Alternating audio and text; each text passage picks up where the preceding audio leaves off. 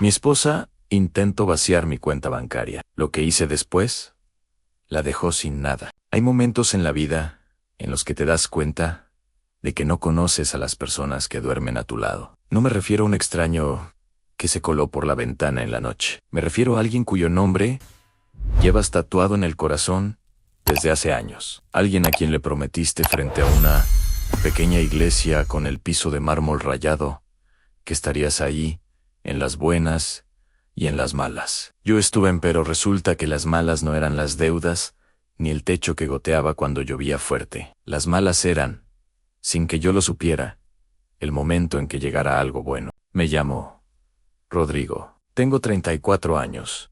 Trabajo como analista de procesos en una empresa mediana y durante la mayor parte de mi vida adulta he sido el tipo de hombre que llega a casa a las 6:30, pone música instrumental mientras calienta la cena, paga las cuentas a tiempo y se duerme sin remordimientos. No soy emocionante, lo sé, mi ex me lo dijo más de una vez, aunque siempre con esa sonrisa que en ese momento me parecía cariñosa y que ahora entiendo era otra cosa. Era condescendencia, era la sonrisa de alguien que ya está contando el dinero de otra persona. Pero antes de llegar a eso, necesito contarles todo desde el principio, porque si solo les cuento el final, van a pensar que soy un hombre frío que divorció a su esposa en el momento más vulnerable de su familia. Y no, lo que pasó es mucho más complicado, mucho más sucio. Llevaba 4 años casado con Valeria cuando ocurrió todo esto. 4 años que en su mayoría fueron buenos, aunque con una corriente subterránea de tensión que nunca supe nombrar bien. Yo soy lo opuesto a Ann, y durante años creí que nos complementábamos. Que donde ella era impulso, yo era calma. Que donde yo era estructura, ella era color. Lo que no vi,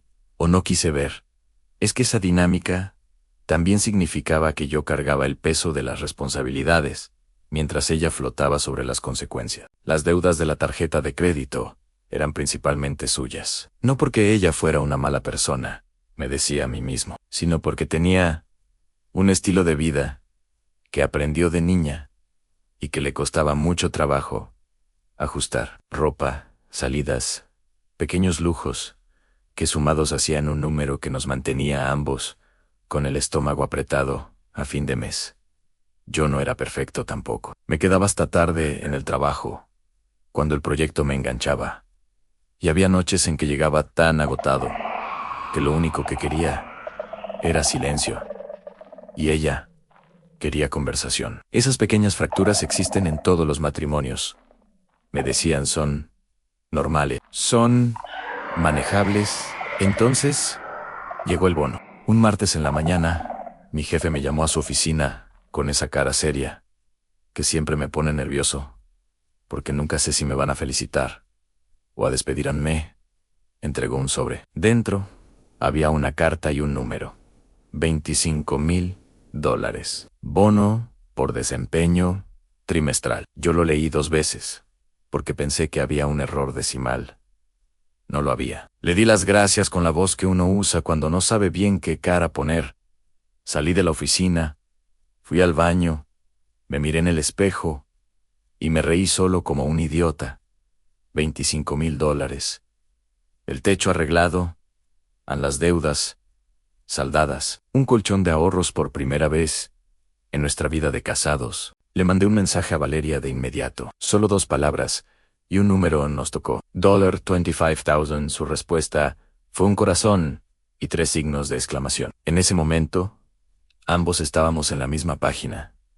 O eso creí. Sofía tiene 28 años y ha sido, desde que la conozco, una especie de nube de tormenta personal. No es que sea mala gente en el fondo, creo, pero tiene una habilidad extraordinaria para aparecer en los momentos más inconvenientes y salir de ellos llevándose algo que no era suyo. Había tenido una relación larga con un hombre llamado Marcos, un tipo que yo nunca terminé de conocer bien, porque Sofía cambiaba de novio con la misma frecuencia con que cambiaba de trabajo. Ese día llegó con los ojos rojos, la voz entrecortada, y la historia que ya pueden imaginar en embarazada de 3 meses.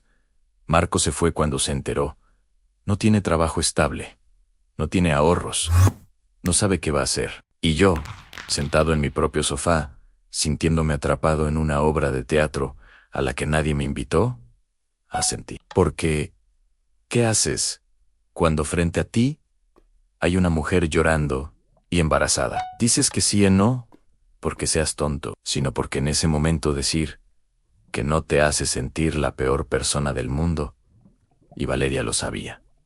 Por eso, no me lo pidió en privado. Por eso trajo a Sofía directamente, en vivo y en directo, como prueba viviente de por qué debía abrir la billetera. Ofrecí $1000, una cantidad que me parecía generosa, dado que ni siquiera era mi familia directa. Valeria aceptó en ese momento, o al menos no dijo nada en contra. Sofía nos abrazó, lloró un poco más y se fue. Yo pensé que el asunto estaba cerrado. 3 días tan solo. Me duró 3 días la ilusión. Sofía volvió, esta vez con más lágrimas y más cuentas. Facturas médicas, dijo, que el prenatal es caro, que necesita estudios, que el seguro no cubre todo. Valeria me llevó aparte con esa delicadeza calculada de quien ya ensayó lo que va a decir frente al espejo. Necesitamos darle $10,000. Me quedé mirándola, en silencio varios segundos. $10,000 para un bebé que no era mío, para una situación que no habíamos creado, mientras en la sala la hermana producía lágrimas con una eficiencia que mirando atrás, solo puedo describir como profesional. Le dije que no, le expliqué, con calma, con números, con paciencia, por qué no podíamos hacerlo. Le recordé el techo, las deudas, la necesidad de ahorros. Le dije que ya habíamos dado $1,000 y que podíamos considerar dar algo más, pero que 10,000 era un número que nos dejaba a nosotros en una posición vulnerable. ¿Ame? Llamó egoísta. Y luego dijo algo que se me quedó grabado con la claridad con que se graban las cosas que cambian. Todo Anne es mi hermana y es mi dinero también. Y si yo quiero ayudarla, es lo que vamos a hacer. Esa frase, esa maldita frase, ahí supe que algo fundamental había cambiado, aunque todavía no entendía cuánto. Los días que siguieron fueron una guerra de silencios y miradas. Valeria respondía con monosílabos. Sofía me miraba como si yo fuera el villano de su historia. Y yo llegaba a casa del trabajo, sintiéndome un extraño en mi propia vida, comiendo solo porque Valeria decía que no tenía hambre, durmiendo en el borde de la cama, porque entre nosotros había crecido una distancia que ninguno de los dos nombraba, pero que ambos sentíamos físicamente. Una noche los escuché susurrar en la cocina. Me detuve en el pasillo. No pude escuchar bien qué decían, pero cuando entré, el silencio fue inmediato y absoluto. Esa noche no dormí. 2 días después, Valeria entró al cuarto con la expresión de quien ya tomó una decisión y solo viene a comunicarla. A mí, le dije a mi hermana que le daríamos todo el bono, no como propuesta. ¿Cómo? Anuncio, le dije que no, absolutamente no. Y algo se rompió en esa habitación que ninguno de los dos iba a poder pegar después. A la mañana siguiente revisé la cuenta conjunta y sentí el estómago caer al suelo. $5,000 en desaparecidos. Le mandé un mensaje. Valeria me respondió sin culpa, casi con orgullo. Nice, lo que tú fuiste demasiado cobarde para hacer. En ese momento, algo en mí se apagó.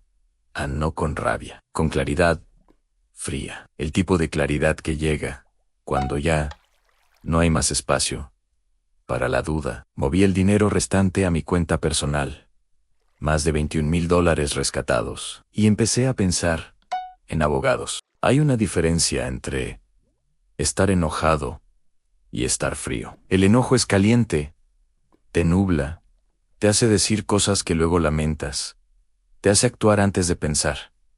La frialdad es otra cosa. La frialdad es cuando ya procesaste el dolor, y lo que quedó es una especie de claridad quirúrgica. Yo llegué a esa frialdad más rápido de lo que esperaba, y no sé si eso dice algo bueno o malo de mí. Cuando Valeria descubrió que había movido el dinero, la reacción fue explosiva, pero no de la forma en que explotan las personas que actúan desde el dolor. Fue la explosión de alguien cuyo plan se había interrumpido. Llegó con Sofía a la casa, como si necesitara un testigo de su indignación. O quizás, como si necesitara una escenografía que apoyara su argumento. Sofía tenía el guión perfecto en mí, miró a los ojos y me dijo, con una solemnidad que en otras circunstancias hubiera sido cómica, pensé que eras de los hombres buenos. Guardé silencio, porque no había nada que decir que no sonara defensivo, y yo ya no quería defenderme. Quería terminar. Valeria me exigió que transfiriera todo desde mi teléfono. Los $20,000 a la cuenta de Sofía en ese momento. Y lo más curioso es que en ese instante de absurdo completo, con Sofía actuando como si tuviera derecho moral sobre mi bono, y Valeria convencida de que su indignación era legítima, lo que sentí fue una especie de extraña paz, porque ya sabía qué iba a hacer. No iba a discutir más. Ahí iba a terminar. Valeria empacó una bolsa. Esa misma tarde me dijo que se quedaría con su hermana hasta que yo hiciera lo correcto, a lo que en su idioma significaba, hasta que me dejara robar en paz y diera las gracias. Me informó también que toda su familia ya sabía que yo era un mal hombre, que sus tíos, sus primos, sus padres, todos tenían una opinión de mí que no era favorable. Le deseé buen viaje con la misma calma con que uno cierra una ventana cuando empieza a llover. Llamé a un abogado al día siguiente. No fue una decisión tomada en caliente, la amenaza de tomar más también, la dinámica de presión familiar y el hecho de que mi propia esposa me había mirado a los ojos y me había dicho que haría lo que quisiera con nuestro dinero compartido, sin importar lo que yo pensara. Eso no era un matrimonio, era una relación de poder en la que yo ocupaba el lugar más bajo. 3 días después, Valeria volvió, con esa dulzura estratégica que aparece cuando los planes fallan y hay que cambiar de táctica. Estaba buscando cosas entre sus pertenencias, o eso decía. Me moví por la casa sin darle mucha atención, hasta que llegó una notificación a mi teléfono Nintendo de acceso a mi banca en línea desde mi computadora portátil. Me acerqué al cuarto donde ella estaba, me vio en el color, se le fue de la cara. Y entonces se derrumbó.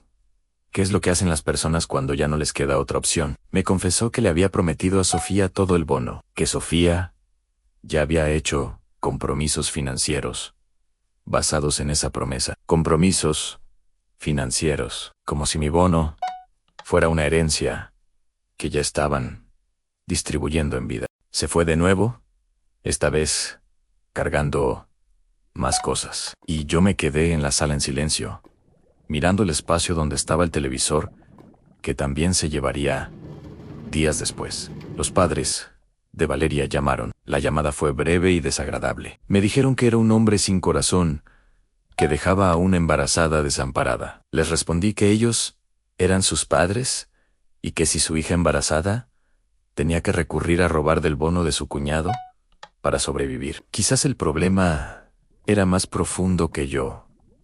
La llamada terminó mal. No me importó. Lo que sí me importó, aunque no debería haberlo hecho, fue revisar los mensajes de Valeria en el teléfono que había dejado cargando en casa. Sé que no es algo de lo que uno puede estar orgulloso.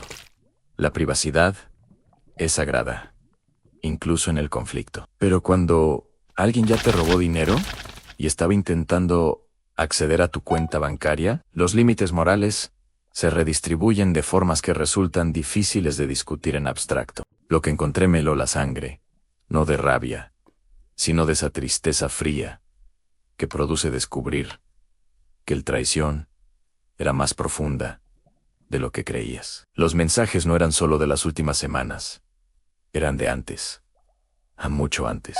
Valeria y Sofía habían estado planificando cómo conseguir el dinero durante semanas, desde el momento en que recibí la noticia del bono. La conversación era calculada, estratégica, con roles asignados. Sofía lloraba, Valeria presionaba, y si eso no funcionaba, tomaban el dinero de la cuenta. No era un impulso emocional de dos mujeres desesperadas. Y luego encontré algo más, algo que no esperaba, y que cambió la textura de todo lo que había vivido en los últimos meses. Valeria estaba en contacto con el ex de Sofía con Marcos. Podría no ser suyo, aunque tenía dudas. Que había razones para sospechar. Valeria lo sabía. Lo sabía y siguió usando el embarazo de su hermana como palanca emocional para arrancarme dinero. Lo sabía y me miró a los ojos y me llamó egoísta y cobarde. Lo sabía y armó escenas con Sofía llorando en mi sala, mientras yo intentaba explicar, razonar, ser justo. Guardé los mensajes. Hice capturas de pantalla, le mandé todo a mi abogado. El ultimátum final llegó pocos días después. Valeria me llamó desde el teléfono de su hermana. O el dinero va para Sofía, o el matrimonio termina. Le dije que no dejara que la puerta la golpeara al salir. Creo que genuinamente no esperaba esa respuesta. Creo que, en algún lugar de su mapa mental, yo seguía siendo el hombre que cede, que se disculpa, que suaviza los conflictos para que todos estén cómodos. A ese hombre existió, pero murió la mañana que revisé la cuenta y encontré $5,000 menos. Volvió con su madre días después, en un último intento de mediación que terminó con yo pidiéndoles a ambas que se fueran de mi casa, no con crueldad, con la misma calma quirúrgica que me había acompañado todo ese tiempo. La casa estaba a mi nombre desde antes de casarnos. Ese detalle importa cuando uno empieza a revisar lo que tiene y lo que debe. Le dije a mi abogado que acelerara el proceso. Quería los papeles cuanto antes. 3 días después de que Valeria se fue definitivamente, llegué del trabajo y encontré el televisor, la cafetera y varios objetos de valor desaparecidos. Una ventana rota. La escena perfecta de un robo, excepto que las cámaras del vecino lo registraron todo a Valeria y Sofía, cargando los artículos al auto, a plena tarde, sin prisa, casi con la tranquilidad de quien siente que lo que hace es justo. Llamé a la policía. El oficial me explicó que, técnicamente, al seguir casados, esto era un asunto civil, pero quedó registrado. Todo quedó registrado. Y eso, con el tiempo, resultaría ser mucho más importante de lo que parecía en ese momento. El divorcio tiene una textura particular que nadie te explica cuando te casas. No es solo papeleo y decisiones legales, es una excavación. Empiezas a desenterrar cosas que estaban enterradas bajo años de cotidianidad y afecto, y algunas de esas cosas son simplemente tristes, y otras son casi inimaginables. El mío fue de los segundos. Mi abogado era un hombre práctico, sin dramatismo, que hablaba con la velocidad y la precisión de alguien acostumbrado a traducir el caos humano en lenguaje legal. Cuando le presenté las capturas de pantalla, los estados de cuenta, el video de las cámaras del vecino y los mensajes entre Valeria y Sofía, planeando cómo conseguir el dinero, solo con la neutralidad de alguien que ya ha visto suficiente, la demanda se presentó formalmente. Valeria fue notificada. Y ahí comenzó la segunda parte de este proceso, que es la parte en que las personas que creyeron que tenían todo controlado empiezan a darse cuenta de que no. Primero intentó la ruta del arrepentimiento, volvió a casa, o intentó hacerlo, con la expresión de alguien que ha reflexionado profundamente. Me dijo que solo había sido emocional, que su hermana la había presionado, que me compensaría si retiraba la solicitud de divorcio. Le pregunté si tenía los $5,000 para devolver. Dijo que no, aunque el dinero ya no existía, que se resolvería después. Le respondí que entonces también el divorcio se resolvería después, es decir, cuando terminara. Se fue de nuevo. Las redes sociales se convirtieron en otro frente de batalla. Sofía publicó la imagen del ultrasonido, agradeciendo a todos los que hicieron esto posible, sin mencionar que el esto posible incluía dinero robado de la cuenta conjunta de su cuñado. Días después aparecieron fotos de las dos hermanas en centros comerciales, con bolsas de tiendas que no vendían precisamente insumos médicos.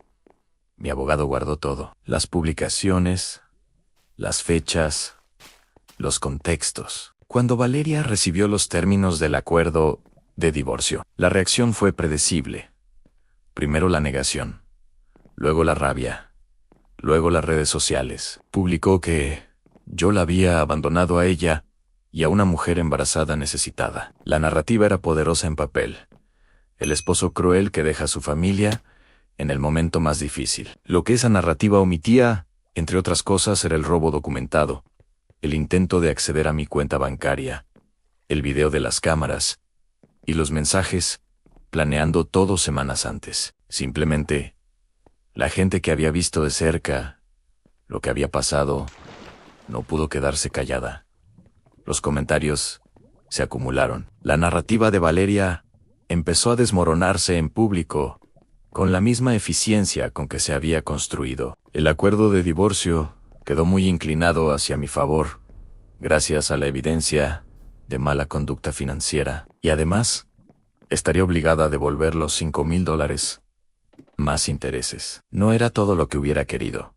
A ningún divorcio lo es, pero era justo dentro de lo que la justicia puede hacer cuando no tiene tiempo infinito y recursos infinitos. Lo que pasó después del divorcio tiene la forma de lo que llamo el efecto dominó. No es que yo haya planeado ninguna de estas consecuencias. Simplemente, cuando una persona construye su vida sobre mentiras y manipulación, y esas mentiras se exponen, el derrumbe rara vez se detiene en un solo punto. Se expande como grietas en el hielo. Sofía publicó el ultrasonido.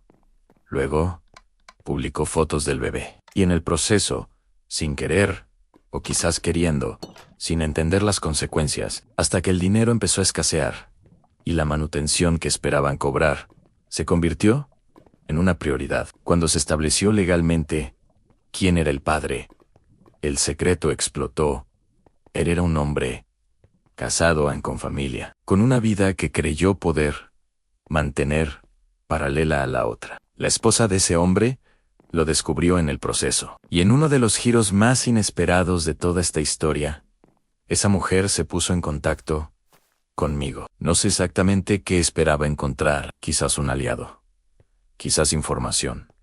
Quizás simplemente alguien que también hubiera sido lastimado por estas personas y entendiera, sin que tuviera que explicar demasiado. No le di nada que no fuera ya público, pero la conversación fue suficiente para confirmarme que el daño que habían hecho Valeria y Sofía se extendía mucho más allá de mi cuenta bancaria y mi matrimonio. Valeria perdió su trabajo. Me enteré por una conocida común. Había intentado cargar gastos personales a la tarjeta de la empresa. No sé si fue descuido o desesperación, pero el resultado fue el mismo. La despidieron y entonces comenzó lo que solo puedo describir como la guerra civil familiar. Sofía, con el bebé recién nacido y sin los fondos que esperaba, empezó a presionar a otros miembros de la familia para que contribuyeran a primos, tíos, en un momento incluso la abuela. Las contribuciones al principio llegaron y luego dejaron de llegar. Y cuando dejaron de llegar, llegaron los reproches. Y con los reproches llegaron las revelaciones. Resulta que el dinero que varios familiares habían dado para el bebé y para gastos médicos no había ido a eso. Las publicaciones cruzadas en redes sociales lo fueron dejando al descubierto con una eficiencia que ningún detective hubiera logrado superar en fotos de días de spa, de restaurantes caros, de zapatos nuevos, contextos que no cuadraban con la narrativa de la madre soltera desesperada y su hermana solidaria. Una prima las llamó directamente lo que eran. La palabra fue fuerte, pero, por lo que pude leer, bastante acertada. Y luego estaba la abuela. La abuela era, según los fragmentos que llegaban a mí, a través de contactos comunes y publicaciones públicas, una mujer pequeña y mayor que nunca había dicho nada sobre mí, ni sobre el bono. No sé si apoyaba mi posición o la de su nieta. Pero lo que sí quedó claro es que tenía un límite muy preciso, que nadie anticipó el dinero que alguien le robó a ella. Sofía y Valeria habían tomado dinero de la abuela, y la abuela, lejos de absorberse en el drama familiar y resolverlo en privado, contrató a un abogado y presentó una demanda. Quería hasta el último centavo, con intereses imagino. Eso fue el punto de quiebre definitivo de la familia. Los padres de Valeria, que habían sido mis principales críticos durante todo el proceso, se vieron de repente enfrentando la decisión de apoyar a sus hijas o proteger a la abuela. Eligieron cortar a las hijas, no apoyar la demanda, porque eso les parecía demasiado, pero sí cortarles el dinero, el apoyo, la casa a la que habían vuelto a vivir. Las dos hermanas se encontraron de pronto sin los recursos económicos que habían dado por garantizados toda su vida. Yo lo seguía todo desde la distancia, desde mi casa, con el techo recién reparado, sin deudas, con silencio. Existe una forma de venganza que no planeas, no la ejecutas tú, no la diseñas, no la celebras con una copa de vino en la mano, pensando en cuánto te lo mereces. Simplemente ocurre, como ocurren todas las cosas que tienen que ver con la gravedad, porque alguien construyó algo sobre una base que no podía sostenerse. Y eventualmente, la física hace su trabajo. Yo no me vengué de Valeria, la realidad se encargó sola. Pero hay algo que me costó un tiempo procesar, y que quiero contarles con honestidad, porque creo que es la parte más importante de todo esto.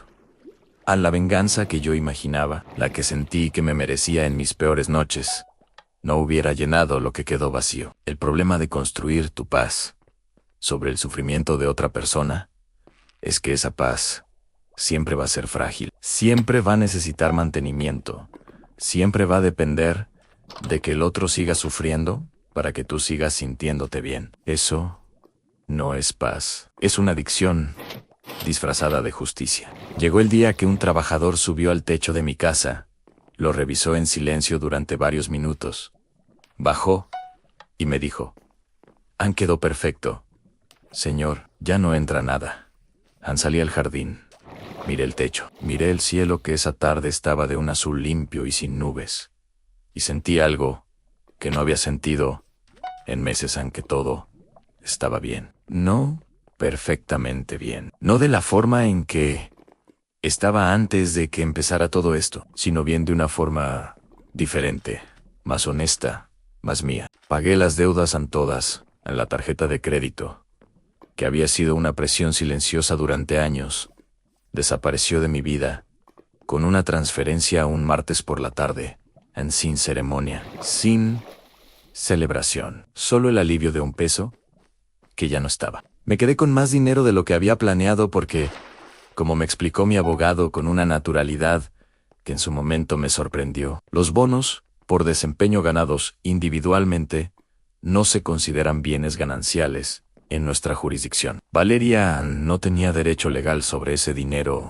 Para empezar, todo el drama, todas las escenas, todos los lloros de Sofía en mi sala, todo el plan que habían tejido semanas antes de ejecutarlo, era para quedarse con algo que nunca les hubiera correspondido de todas formas. Si hubieran pedido con respeto lo que honestamente podíamos dar, probablemente les habría dado más de lo que terminaron obteniendo con todo su plan. Esa es la ironía perfecta de todo esto. Meses después del divorcio, empecé a recibir mensajes de cuentas nuevas, creadas, probablemente, para sortear el bloqueo. Uno decía ser mi excuñada, que ahora, en abierta guerra con Valeria después de que su alianza se deshizo completamente. Me informaba que Valeria había planeado desde el principio quedarse con el bono y luego pedirme el divorcio para quedarse con la mitad. No sé si es verdad, no sé si lo decía para dañar a su hermana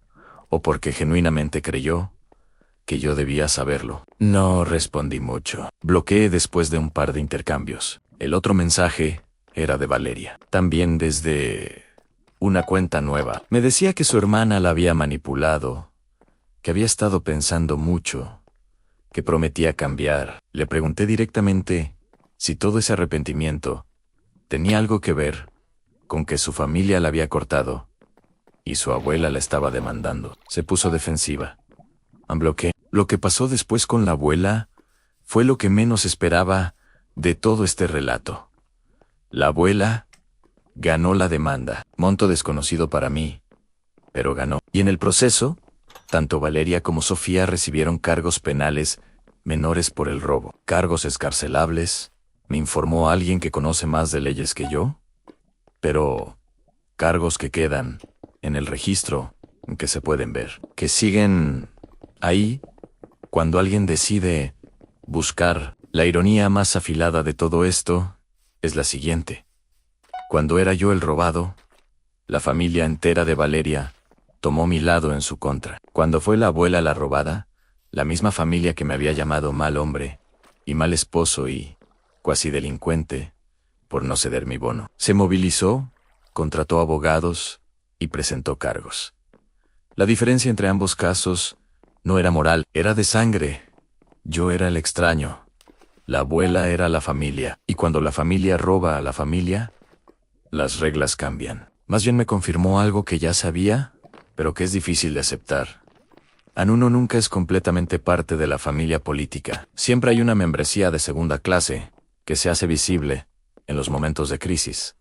Y está bien, eso también es información útil. Ambas hermanas terminaron viviendo de vuelta con sus padres, después de que Sofía fue desalojada por falta de pago. Sus padres las aceptaron pero con el dinero cerrado. La dinámica que durante años les había funcionado, la de llorar y recibir, dejó de funcionar. Y sin esa red, sin esa estructura de personas dispuestas a ser presionadas hasta ceder, tuvieron que empezar a construir algo diferente. No sé si lo lograron, no tengo información de primera mano y no la busco. Lo que sí sé es esto, Ann, la hermana de Valeria, publicó públicamente quién era el padre del bebé. Lo hizo cuando quedó claro que la manutención era pequeña y que el hombre no iba a dar más de lo legalmente requerido. Lo hizo como represalia. Otro daño colateral, otro derrumbe que nadie planeó exactamente, pero que era inevitable, dado todo lo que se había construido mal. Yo no sé quién tiene la razón moral definitiva en esta historia. Sé lo que me hicieron a mí, sé que reaccioné con más frialdad de la que quizás era necesaria en algunos momentos. Sé que hubo un punto en que ya no estaba actuando desde la autoprotección, sino desde la rabia disfrazada de lógica. Sé que revisar los mensajes de Valeria no fue mi mejor momento, aunque me diera información crucial. Las personas somos complicadas, los matrimonios son complicados, las familias son complicadas. Pero también sé que me levanté temprano, un sábado de octubre. Subí al techo con una taza de café, que luego puse en el suelo, porque hacía frío, y las manos se me enfriaban, y revisé las tejas que el trabajador había reemplazado. Todo estaba en su lugar. Nada gotearía esta temporada. Mi casa estaba en orden, mi cuenta estaba en orden, mi nombre estaba en orden. A veces pienso en la abuela de Valeria, esa mujer pequeña, que nunca dijo nada sobre mí, que nunca me llamó para insultarme o presionarme, y que cuando le robaron a ella, no dudó en hacer lo que tenía que hacer. Creo que si nos hubiéramos conocido en otras circunstancias, bajo otro tipo de relación familiar, quizás hubiéramos sido amigos. No planeo publicar actualizaciones después de esta. Mi vida ha vuelto a ser aburrida de la mejor manera posible. Trabajo, vuelvo a casa, pongo música, cocino algo, duermo sin remordimientos. Ahorro dinero que es mío y que cuando salga de mi cuenta será porque yo lo decidí, con pleno conocimiento, hacia algún lugar que yo elegí. Alguien me preguntó hace poco si me arrepentía de algo. La verdad es esta: en mí arrepiento de no haber tenido la claridad antes, de haber confundido durante años la paz del hogar con la paz real, de haber leído Matrimonio Feliz, donde había desequilibrio tolerado. Eso lo hubiera querido saber antes. No para no casarme, quizás, sino para haber tenido conversaciones más honestas, límites más claros, menos suposiciones sobre lo que el otro entiende por nosotros. Pero si hay algo que este bono me enseñó, aparte de verificar siempre los accesos a tu cuenta bancaria, es que el dinero no corrompe a las personas, a las revela. Valeria no se convirtió en alguien diferente cuando llegó el dinero, solo se quitó la máscara. Y yo, en el momento más descarnado de todo esto, también me descubrí a mí mismo, más frío de lo que creía, más capaz de actuar con claridad cuando la situación lo requería, más capaz de estar solo de lo que me habría permitido admitir cuando estaba casado. Eso, supongo, también cuenta como un regalo. El techo no gotea. Las deudas no existen. La casa es mía. Es suficiente. Es más que suficiente. Si llegaste hasta aquí, ya eres parte de esta historia. Cada semana traigo nuevas historias reales como esta. Traiciones que duelen, karmas que llegan solos y personas que encuentran su camino después de tocar fondo. Historias que no se cuentan en voz alta, pero que todos hemos sentido de alguna forma. Suscríbete para no perderte ninguna. Es gratis y puede que la próxima historia sea exactamente la que necesitas escuchar hoy. Dale like si esta historia te movió algo por dentro. Ese pequeño gesto le dice al algoritmo que estas historias merecen llegar a más personas que las necesitan. Déjame en los comentarios, ¿hubieras hecho lo mismo que yo? ¿O en algún punto cediste? Me interesa saber qué piensas. Aquí no se juzga, solo se habla con honestidad. Nos vemos en la próxima.